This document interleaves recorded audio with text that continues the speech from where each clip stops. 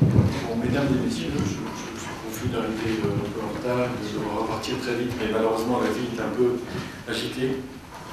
Je voulais juste d'abord vous remercier beaucoup d'être présents parce que cette manifestation qui aura lieu au Carrousel du Louvre le 25 mai prochain est pour nous extrêmement importante.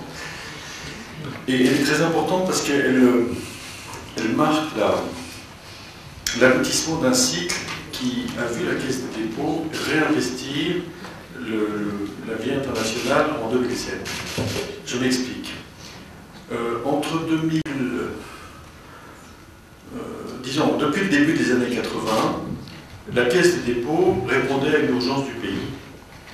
C'était de financer les déficits publics. Vous allez me dire que depuis, c'est plus une urgence, c'est une banalité, mais bon. Donc on a créé une banque d'investissement qui s'est appelée Xis. Et le modèle de la Caisse des dépôts, c'était une grande banque d'investissement qui s'appelait Xis. Puis au milieu des années 2000, il nous a pas échappé que nous avons vendu cette banque d'investissement, nous avons récupéré beaucoup d'argent, et nous ne savions plus très bien quelle était notre identité.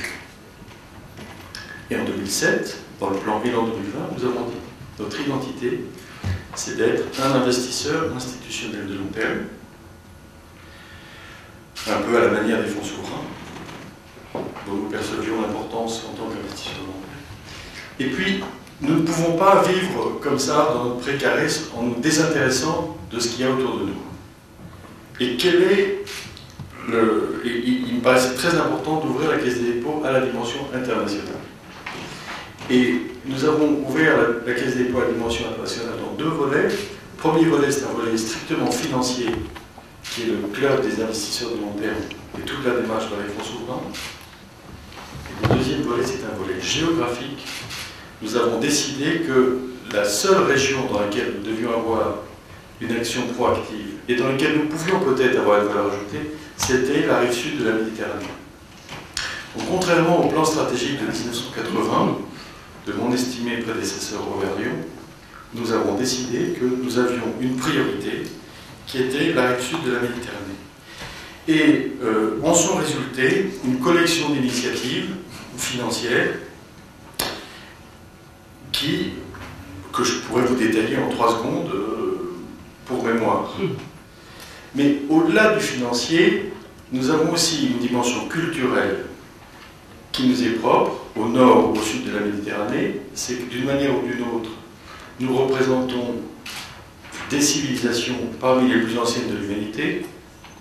À cet égard, nous avons des trésors artistiques et patrimoniaux, et nous avons une carte à jouer dans la valorisation de ces trésors. De la même façon que vous savez que le tourisme fait l'objet de réflexions très nombreuses en Europe quant à la vitalisation des cités qu'il permet, nous sommes partenaires du Festival d'Avignon. Et le Festival d'Avignon, vous savez, ces rencontres pilotées par, je ne sais plus son prénom, c'est Jérôme ou Nicolas, je ne sais jamais. Mais je crois que c'est Nicolas. Le Forum d'Avignon de Nicolas Sodou, il repose sur l'idée que ce que Bilbao a fait avec son musée du Guggenheim, toutes les villes peuvent le faire, à une échelle évidemment plus ou moins grande, avec leur patrimoine existant ou en important, entre guillemets, du patrimoine extérieur. Et au fond, c'est pour ça que je suis très heureux de cette initiative du 25 mai, parce que je pense que c'est l'initiative la plus riche qu'on puisse trouver, puisqu'elle réunit à la fois ce qui est le plus précieux dans nos existences, c'est l'agriculture, avec ce qui est également précieux pour faire vivre les gens, c'est-à-dire le développement économique. Et donc ces ateliers du patrimoine méditerranéen, je dirais que c'est pour nous la dimension un petit peu...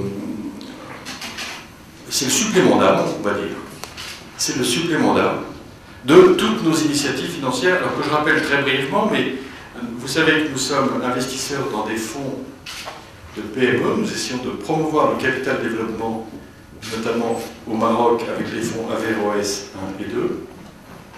Nous avons créé le fonds Inframed, dont le premier closing sera de 400 millions d'euros, qui est un fonds qui est destiné à investir dans les infrastructures de transport, d'assainissement, de distribution d'eau, d'énergie dans la zone des 27 pays qui va du Maroc à la Turquie.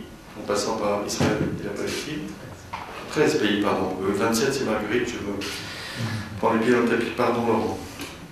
Donc, dans les 13 pays de la rive sud de la Méditerranée jusqu'à la Turquie, bon, le premier closing de ce fonds, les principaux bailleurs sont la Caisse des dépôts italienne, la Caisse des dépôts française, la Caisse de dépôt et de gestion du Maroc et EFG Hermès, banque égyptienne. L'objectif, c'est tout de même de dépasser le milliard d'euros.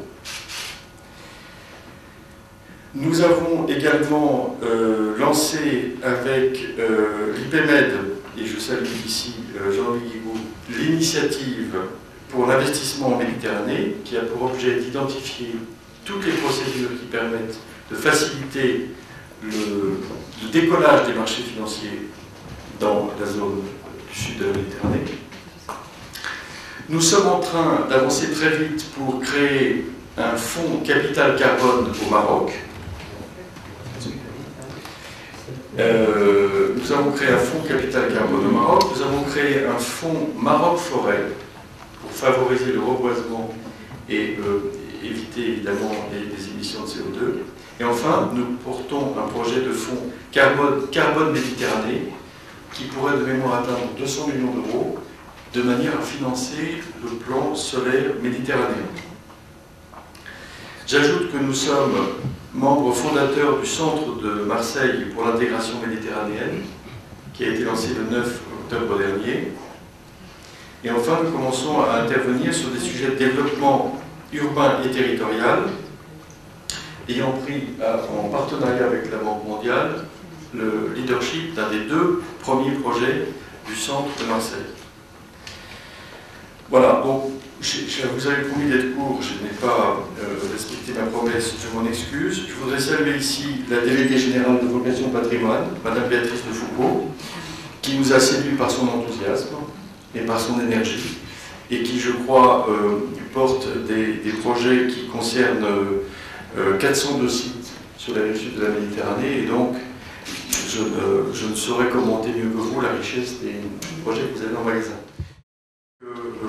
C'est un début, de la même façon que quand nous avons commencé en 2007 à orienter la Caisse des dépôts vers le monde méditerranéen, nous n'avions évidemment pas l'idée de la richesse de partenariat que ça nous conduirait à avoir, notamment en nous ouvrant à des zones qui n'étaient pas spontanément des zones dans lesquelles la Caisse des dépôts avait des partenariats. Nous travaillions beaucoup avec le Maroc, mais pas beaucoup avec l'Égypte, par exemple. Et maintenant, nous avons un partenarias avec EFG Hermès.